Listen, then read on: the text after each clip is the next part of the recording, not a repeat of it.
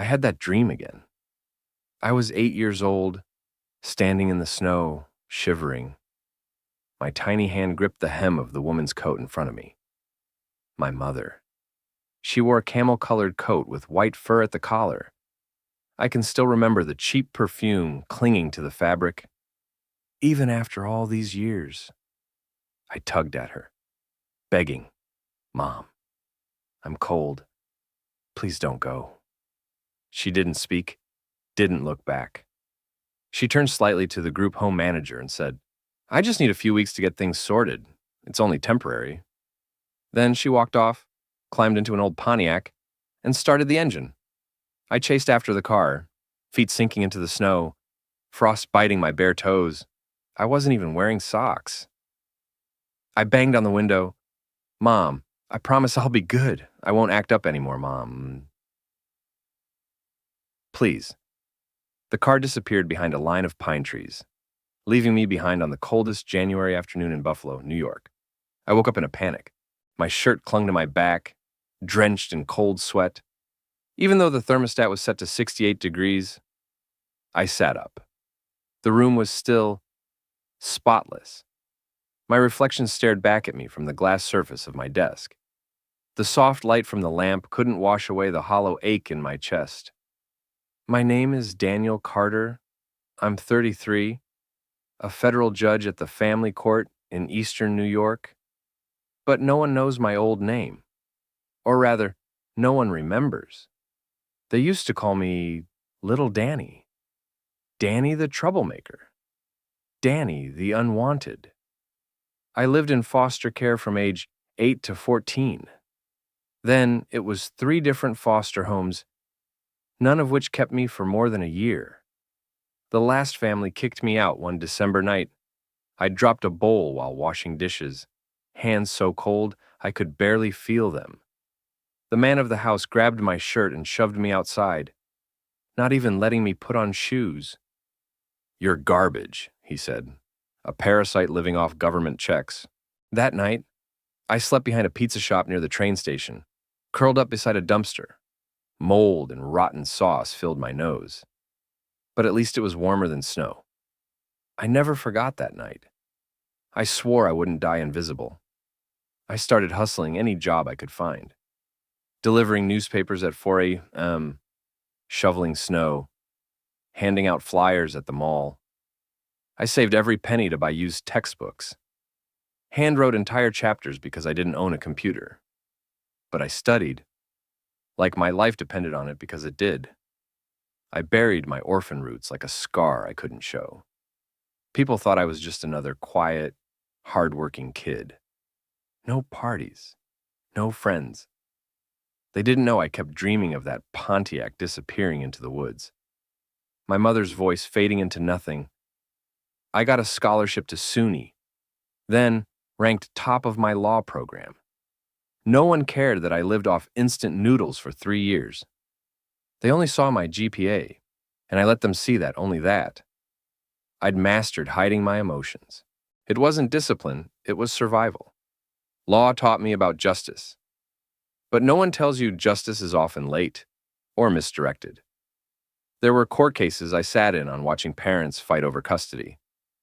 Every time, I thought, what about the kids nobody fights for? What if no one wants them?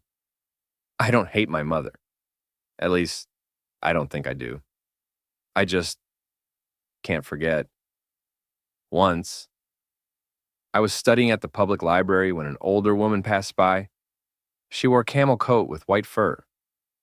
I couldn't even lift my head. My chest locked up so tight, I thought it might stop beating. The more successful I became, the lonelier it got. When I was appointed regional judge at 33, the youngest in 5 decades, there was no one to celebrate with. No parents, no close friends. I took myself out to dinner, a steakhouse on the corner.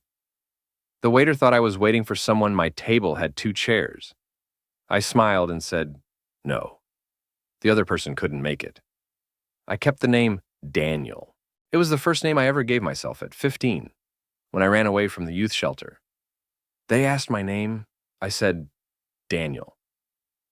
As for Carter, that came from the name of a bus driver I saw on the route map that day. Simple as that. Now, it's the name on the placard outside my office. No one knows who I used to be, and I never needed them to know, at least not until that day. But I won't talk about that yet. Not now. Because this story, the one about the price of being thrown away, is just getting started. My name is Daniel Carter, but if she remembered me, she'd probably call me that loudmouth Danny, a twisted nickname from someone who once threw me away. I'm not telling this story to gain pity. I'm telling it because I need people to understand not everyone born in the mud stays there. I grew up in what they called the second chance system. For me, it was 3 rounds of hell. The first home was with the Larsons in Rochester, an elderly couple who'd never had children. They liked to refer to me as their live experiment. I remember one night Mrs. Larson laughed with her friends, pointing at me. This boy's easy to train, obedient like a puppy, probably make a great busboy at a Chinese restaurant. They gave me food, a roof, but I was never allowed in the living room. I couldn't turn on the TV past 7 p.m., and I was forbidden from calling them Mom or Dad. 1 year in, I asked, why don't I get to eat with the family? A few weeks later, I was sent back to the group home. The second family, the Williamsons, was something out of a horror movie. 3 biological kids, and me, the little servant. I did laundry, cooked, cleaned the other kid's bathroom. The father barked at me constantly. I'm not your dad. Don't you dare look at me like that. The wife barely noticed I was alive, always glued to some televangelist show, praying for the world's sins. One time I broke her favorite porcelain plate. The man dragged me out back, tied my hands to the flagpole, and blasted me with cold water in 42-degree weather. I ran a high fever for 3 days. No one called a doctor. I was saved when a social worker randomly showed up. She took one look at me, shivering, bruised, lips turning blue, and didn't need to ask a single question. The third home was a gay couple in Albany. They were kind, enrolled me in a decent public school, took me to the movies, gave me a room with a window that looked out over the park, but it didn't last. They broke up within a year, and me, I was returned to sender once again. That was the last time I believed in forever. By 16, no one wanted to foster me. The system deemed me high risk, oppositional. So I hit the streets, I waited tables at a Vietnamese restaurant, wiped down booths at a Mexican joint, washed cars in the dead of winter. During the day, I still went to school. At night, I slept on park benches or behind the storage room of a nail salon run by someone I vaguely knew. I studied under streetlights, taped SAT prep pages to the walls of a public restroom stall because I didn't have a desk. That was my life for 2 years. One afternoon, I wandered into the public library and found a book on constitutional law. I didn't understand the first few pages, but then I hit a sentence that stopped me cold. No one is forgotten by the law. Every person has a voice whether they know it or not. It felt like someone had reached inside my chest and lit a fire. That was it. I dove into law like it was oxygen. Why? Because the law was the first place I saw someone like me could have a voice, even the final word. I applied to every community college in the state. SUNY was the first to open the door. I hid my entire past. On my application, I claimed I lived with a distant relative and had been independent since 16. They didn't dig too deep. All that mattered was my GPA nearly perfect. I became addicted to learning, not for grades, but because, for the first time, knowledge made me feel powerful. I didn't have to bow anymore. But I'll never forget the sneer on my first-year law professor's face. He read my name aloud, scanned my scholarship profile, and said, "Oh, another charity case." The whole class laughed. I didn't say a word, just kept my head down and took notes. That night, I didn't sleep.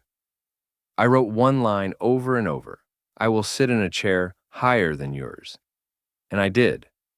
I graduated top of my class. Harvard Law sent me an official offer.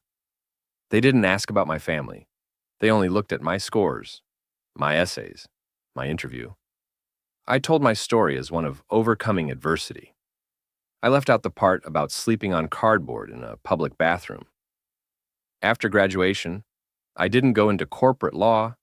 I joined the state prosecutor's office. I wanted to look into the eyes of those who preyed on the vulnerable and hold them accountable. And I did. I prosecuted cases where the victims were abused, abandoned children. I won. Almost all of them. 11 years after leaving the streets of Albany, I was appointed as a federal district judge in the same state where my mother once left me in the snow. The night I got the confirmation letter, I dreamed again. But this time, I didn't chase the Pontiac. I stood still, watched it drive away. And I didn't cry. I just whispered, "Thank you. You taught me I don't need anyone to stand on my own." I woke up in my luxury Manhattan apartment. The silence was deafening. And then, just weeks later, a case landed on my docket. I reached for my coffee and scanned the names and froze. Sandra McMillan vs. George McMillan divorce. Dispute over assets and custody of their granddaughter. I went numb. George McMillan, the father I never met. Sandra McMillan, the woman who left me standing in the snow. Both of them were about to sit across from me. I smiled, just barely. Let the scales of justice finally begin. That day, I wore my black judicial robe like always. But every heartbeat echoed in my ears like an empty drum. Each step into the courtroom dragged behind it a childhood steeped in snow, moldy air, and the rustle of worn-out shoes on freezing concrete. Courtroom 3C. The judge's bench stood nearly 5 feet above the ground, as if justice had to hover above the mess of ordinary people. I stepped up, adjusted the mic. Below sat the 2 attorneys, the court clerk, and across from each other, 2 people who wouldn't so much as glance at one another. Sandra McMillan, 60 years old. What used to be blonde hair had thinned and turned a patchy gray. She sat upright, thick glasses perched on the bridge of her nose, eyes cold like shaved ice. Her fingers were laced with thin gold rings as if clinging to proof that someone had once loved her. Opposite her sat George McMillan, the man I'd never seen before, but whose face looked painfully familiar, because I saw it every day. In the mirror, thick brows, straight nose, jaw leaning slightly left, every feature stamped onto my own. He was living proof that I was the product of these 2 people, a product they threw away. Case Sandra McMillan versus George McMillan. Post-divorce asset dispute and custody hearing. For a minor child, I read in a neutral tone, not betraying the storm underneath. Neither of them recognized me. Sandra looked at me once, then looked away. George didn't seem to care. Maybe because I was younger than they expected. Or maybe because there was no room in their memory for a child who once called them Mom and Dad. I let the plaintiff's lawyer begin. The usual lines division of assets, a $300,000 home in Schenectady, a pension valued at over $100,000 life insurance savings from Sandra's father, and most importantly, a 10-year-old granddaughter whom both parties claim to deeply care about.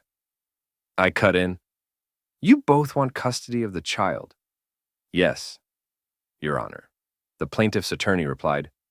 "Because you both believe the other is unfit." "Exactly. And who raised the child's parents?" I asked, keeping my voice even. They hesitated. "We did," Sandra said. "But things are different now. The child deserves better." I looked directly at her. "Have you ever abandoned someone before the room went dead silent?" Sandra frowned. "What do you mean by that?" I smiled faintly. It's a simple question. In your life, have you ever left someone behind? George sat up straighter. I don't see how that's relevant. I'll decide what's relevant, I answered, voice like ice. I knew I was overstepping. I knew it. But I didn't care. Because if the law was only cold ink on paper, then I would be the voice for every child who never had one. I returned to the file.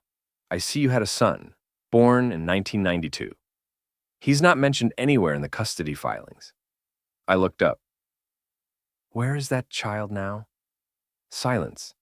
Sandra stared at me like she'd been punched in the chest. George opened his mouth, then shut it. I asked, where is he? The defense attorney stepped in. Your Honor, that detail is irrelevant to this case. I'll determine that, I said firmly. No one answered, and that was answer enough. I kept going, as if nothing had happened. But inside, my mind was screaming. They didn't remember. They really didn't recognize me. This world is strange. There are people you meet for 5 seconds who stay with you forever. And then there are people who give birth to you, who carry not a single memory of your face. After the first hearing, I sat alone in my office, hands still shaking. I looked again at the old records names, dates of birth, addresses. It all matched. There was no mistake. These were my biological parents. And now, I would decide whether they kept their only grandchild or lost everything. I remembered those nights under highway overpasses, curled up hungry with a rain-soaked book in my arms. I remembered begging strangers for a crust of bread, and I remembered exactly what my mother said the day she left me. We're not equipped for this. He's too sensitive. He doesn't fit our family. For years, I thought I must have done something wrong, that I deserved to be left behind. But now I knew it wasn't my fault. A week later, the second hearing resumed. I slipped back into my role, measured, composed, but every time they spoke about love for their granddaughter, all I wanted to do was laugh. You love children, I asked. Does that love come with conditions? Sandra flushed red. George looked down. I could see it, the flicker of doubt starting to surface. And that's exactly what I wanted. I didn't need to shout, I'm your son. I wanted them to feel it, to squirm under the weight of their own conscience, to look at each other and ask, could it be? I wanted them to remember the name they had buried Danny. I had waited over 20 years for this moment, and I hadn't even started yet. Something strange began to happen in the weeks that followed. Every time I entered the courtroom, I could feel Sandra's gaze change subtly at first. It was no longer the detached look of someone used to blaming life for their choices. She started staring a little longer. Each time I spoke, her eyes paused, just for a breath, like some ancient instinct was trying to stitch together fragments in the worn-out folds of her memory. But George, still the same. Stone-faced, cold. Sometimes even smug. There was a moment, just a flicker, when I could almost see him sizing me up the same way he once sized up a son he never raised. Like I was just some soft little man in a robe. But I wasn't the kid they shoved out into the snow anymore. I held the gavel now. At the next hearing, I deliberately opened the old case file in plain view, flipping through each detail slowly. I read aloud George McMillan, born 1961. Insurance sales. Ex-wife Sandra McMillan, elementary school teacher, retired in 2017. Child Daniel James McMillan, born 1992. I looked up. This son, where is he now? I don't see his name on any of the related documents. They glanced at each other. George let out a bitter snort. He left a long time ago. He's not relevant to this case. Why did he leave? I asked. He didn't fit in, Sandra whispered. I wanted to slam my fist on the bench. Did she really believe I just left? That an 8-year-old boy could simply vanish, just hop a bus to a group home, with no help, no push, no trauma? I nodded, pretending to take notes. Would your choice to sever ties with your son affect how you'd raise your granddaughter?" I asked. The defense attorney stood up. "Your Honor, this goes beyond the scope of a divorce proceeding. Custody is directly tied to parental and grandparental fitness," I cut in, voice cold. "If these individuals once abandoned a child, I need to know why, to make sure it won't happen again." Sandra opened her mouth, then closed it, her lips pressed into a tight line. George exploded. "He wasn't my son," he shouted. "I never claimed him. Sandra wanted to keep him. I told her no from the beginning. The kid was weird, broken.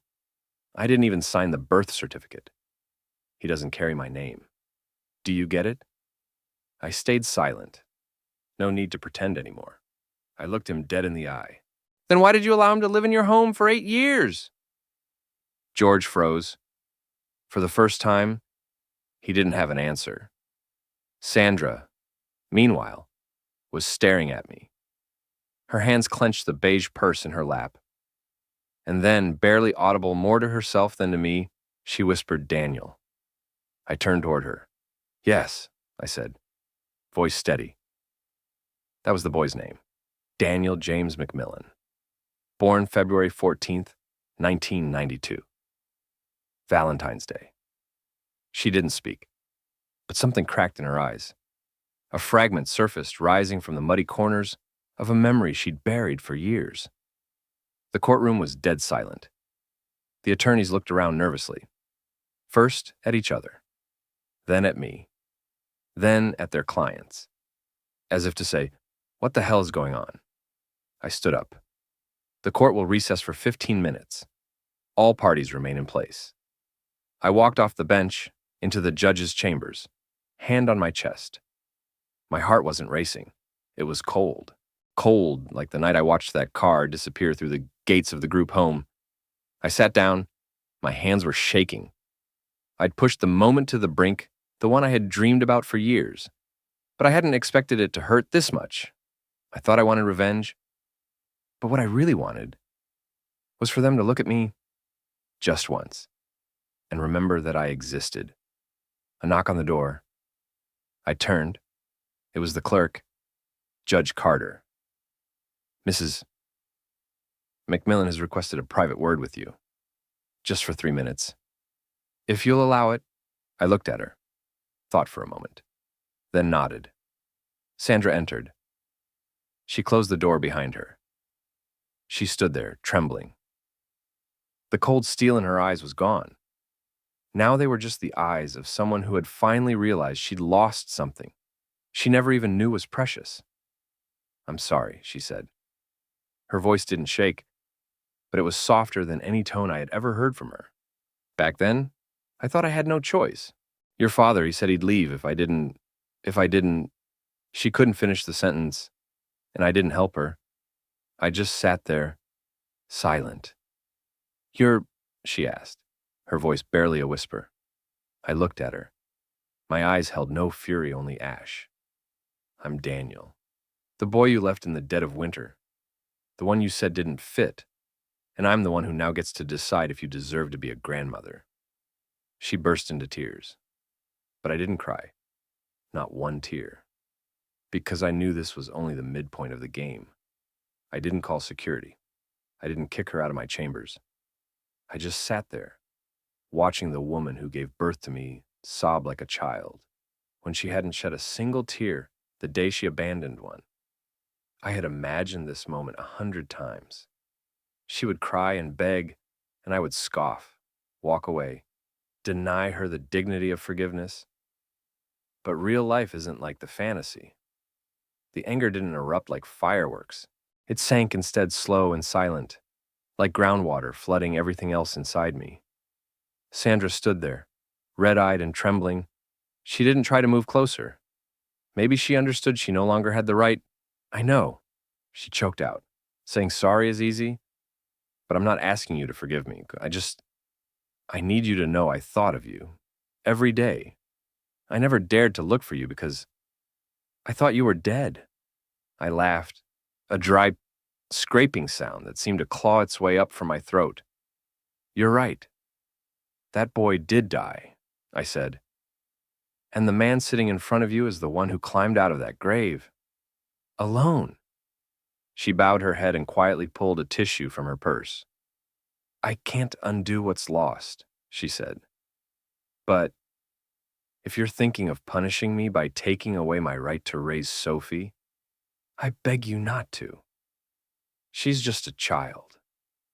She doesn't deserve what you went through. My eyebrows lifted. Funny, I said. When I was 8, no one seemed to care whether I deserved anything or not. That one cut deep. She nodded, accepting it like a verdict she'd been waiting her whole life to hear. I let her go. I had no intention of granting her forgiveness. Forgiveness, to me, was a luxury I wasn't ready to give. The next day, court resumed. George McMillan was a different man now. No smugness, no cocky posturing. Maybe Sandra had said something to him. Or maybe, just maybe, he started seeing something familiar in me, a tilt of the head, a cadence in the voice, an unforgiving stare. I began reading the psychological and financial assessments of both parties. The assets in question weren't massive, but enough to drag each other through court. Still, the real battle was over custody of their granddaughter, the daughter of my half-sister, whom I never met. She had died in an accident, leaving her daughter with 2 people who had once failed at raising me. They both claimed to love the child, but I didn't listen to words. I watched actions. Sandra lived alone, had a steady pension, a clean record. She attended church, volunteered locally, had no debt, no criminal history, but she had once abandoned her own flesh and blood. George, on the other hand, had a sealed domestic violence charge, expunged through legal settlement, worked as a security guard, inconsistent income, no home of his own. He was living with a new girlfriend. Sandra's attorney tried to press this point hard, but I cut them off. Did either of you ever try to see Daniel McMillan after he left your home? I asked suddenly. Silence. I'm asking a direct question, not a rhetorical one. George glanced at Sandra. She lowered her eyes. No one did. George muttered. Did you ever try to find him? Send a letter? Make a call? I nodded, jotted down a note. Didn't say another word. But the air in that courtroom thickened like syrup. Then I looked at the only person in the case who couldn't speak for herself, the little girl at the center of it all. Sophie McMillan, 10 years old, brown curls, amber eyes, a face like her mother's and something oddly familiar, like mine. She was currently staying in a temporary shelter. I closed the file. All right, I said, locking eyes with both of them. We're nearing the end. I paused for a few seconds, long enough to make sure every word I was about to say would brand itself into their memory. My ruling will not be based on words. It will be based on actions, past and present. Actions show parenting capacity. They show the capacity to love. I glanced down one last time at the file. But before I issue my decision, I want you both to answer one final question. I looked up, fixed my eyes on them. If Daniel McMillan were alive, if he walked into this courtroom today, what would you say to him? That question wasn't for the record. It was the real verdict. George opened his mouth, but nothing came out. His eyes didn't dodge. They were just empty. A man who's never given anything, has nothing to offer back. Sandra looked at me. Her lips quivered. 1 second, 2. Then she whispered, I'm sorry. I nodded, quietly. Not because I forgave her, but because I had taken back control. Tomorrow, I would deliver my verdict. But tonight, I was going to meet Sophie.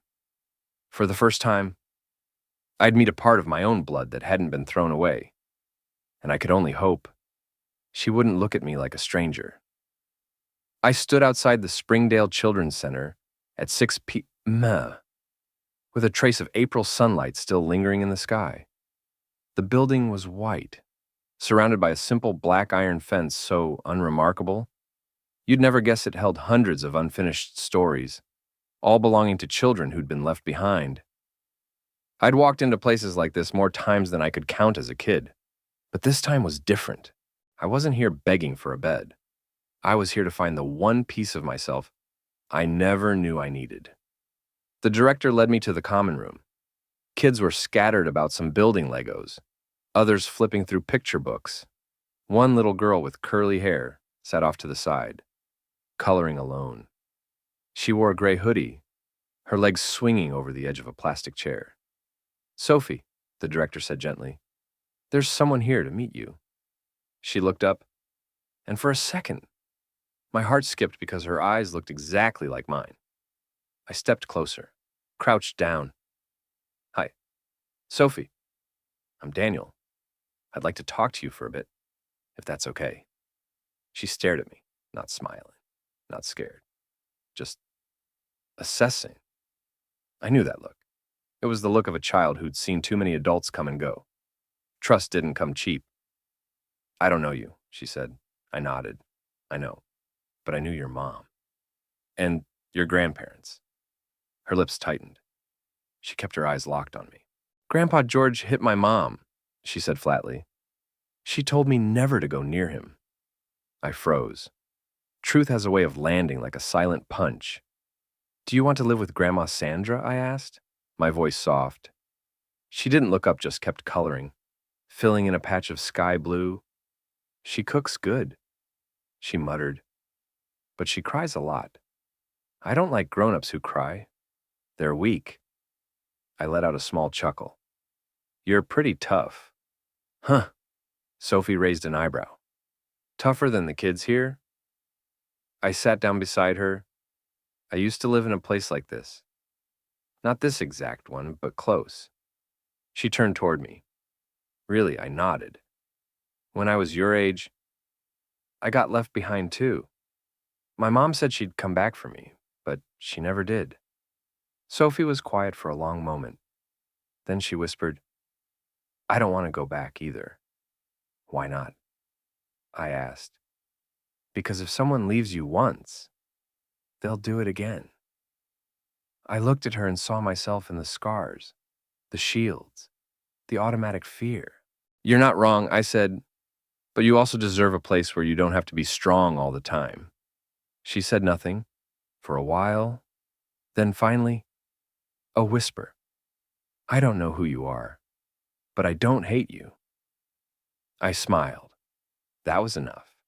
The next day, I walked into the courtroom with a completely different feeling.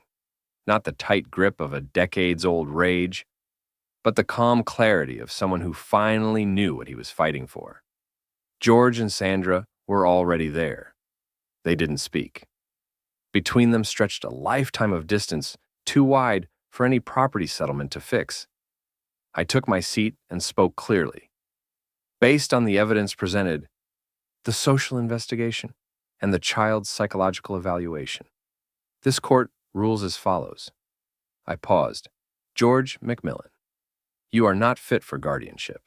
Your prior record, your unstable living conditions, and your demonstrated lack of parental accountability give the court no reason to believe you can provide safety or stability for your granddaughter." George didn't protest. He nodded as if he had seen this coming all along. I turned to Sandra McMillan. Despite serious past failures, your current financial stability, emotional fitness, and living conditions are suitable for temporary custody. This court grants you provisional guardianship under scheduled supervision. She didn't weep. She didn't smile.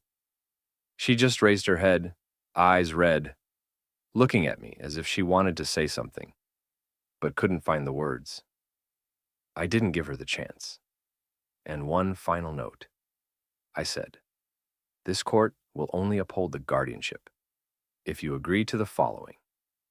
Sophie must receive psychological support services for a minimum of 6 months. And," I paused, lowered my voice, "I will meet with her once a month." Not as a judge, not as an authority figure, but as someone who understands what she needs. Sandra nodded slowly, her breath catching. She understood. George stood and left before the session was even formally closed. I brought the gavel down. The ruling was effective immediately. That night, I walked out of the courthouse into a light drizzle. Spring in New York is cold, but not bone deep like those years I spent on the streets. I didn't feel lost in my anger anymore. I walked slowly back to my apartment, the case file still in hand. On the cover was a picture of Sophie smiling awkwardly, one eye squinting under the slant of sunlight. But in her eyes, there was life. And I realized maybe this was why I survived. Not for revenge, but to make sure no other child had to become the version of me that never should have existed. 3 months after the ruling, I visited Sophie on a bright July afternoon. Sandra met me in the front yard, looking calmer than the last time I'd seen her. She wasn't wearing heavy makeup anymore. Her silver hair was pulled into a loose tie, and her cardigan and slightly wrinkled khakis gave her the air of someone who no longer cared what the world thought of her. "She's out back," she said quietly, then turned and left me to enter on my own. The house was old but tidy. Photos of Sophie were pinned to the fridge. Crayon drawings lined the hallway like a patchwork gallery.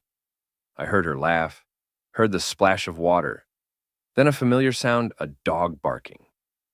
I stepped onto the back porch. Sophie was chasing a small, curly-haired dog, maybe a labradoodle, around a kiddie pool. She was soaked, dripping wet, but her face was lit up with joy. When she saw me, she waved, "Uncle Daniel." I waved back, taking a seat on a wooden bench beneath the apple tree. The dog trotted over and licked my ankle. "What's his name?" I asked. "Shadow," she said with a grin. "Because he follows me everywhere." I laughed. "That's a good name." "Looks like you're doing better." She nodded. "Grandma cries a lot, but she makes good spaghetti, and she signed me up for karate." She threw a tiny punch into the air. "She said I need to learn how to protect myself." I stayed quiet for a moment.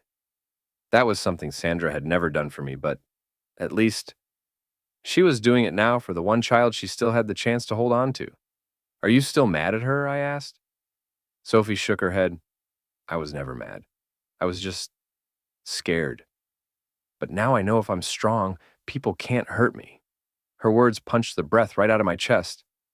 She was only 10, and already learning lessons that should be reserved for grown-ups. I sat there with her for a long time. We talked about books, school, her summer plans, and when the sky began to darken, I stood to leave. She looked up at me and asked out of nowhere, "Uncle Daniel, do you have any kids?" I smiled and shook my head. "Not yet. I don't think I'm ready. I think you'd be a good dad," she said quietly, "because you know how to listen." I didn't respond, just reached out, ruffled her hair, and turned to go, my heart as soft as bread dough. A week later, I got a letter from Sandra. Her handwriting was neat, round, deliberate. No embellishments. Just truth. "Daniel." I was wrong. I was a coward. I know I can't rewrite the past, but I want to take responsibility for the future. I've updated my will. Everything I have goes to Sophie. And I've listed you as her guardian if anything happens to me. If you'll accept it, I'm not asking for redemption. I just want one chance to do something right. Thank you for not keeping me from my granddaughter. Sandra. I placed the letter on my desk and stared at it for a long time. The feeling wasn't relief. It was closure. I didn't know if I could ever forgive her, but I did know I no longer needed revenge. 6 months later, George McMillan was arrested for assaulting his new girlfriend.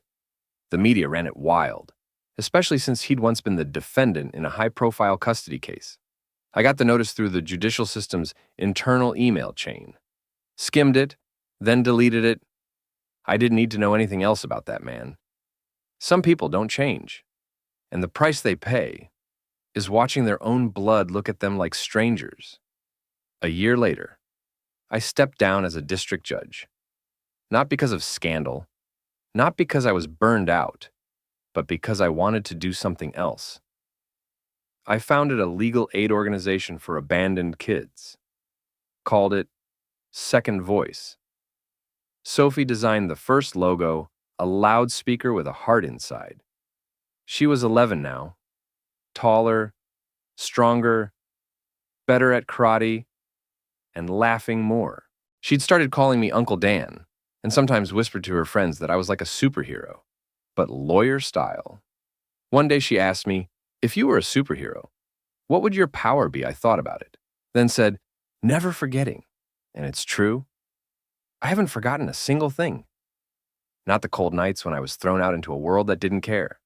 Not the scornful glance from the woman who once called herself my mother.